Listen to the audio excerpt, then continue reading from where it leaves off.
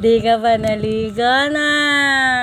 Eto, swim siya dito sa ano niya.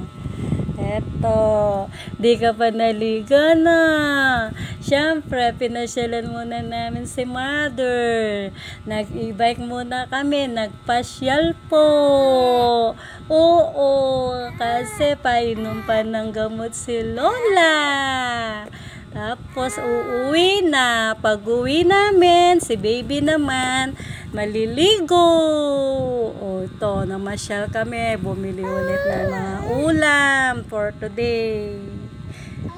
O, diba? Opo, nagdedi ka na, no? O, sabihin mo hello. O, 4 months na po yan. No, diba? Opo. Ano? Ligo na? Oh. Ligo na ang baby? Na? Ligo na siya?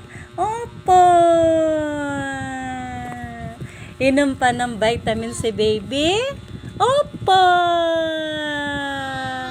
Bago tayo maglinis at maglinis ng rep? Opo.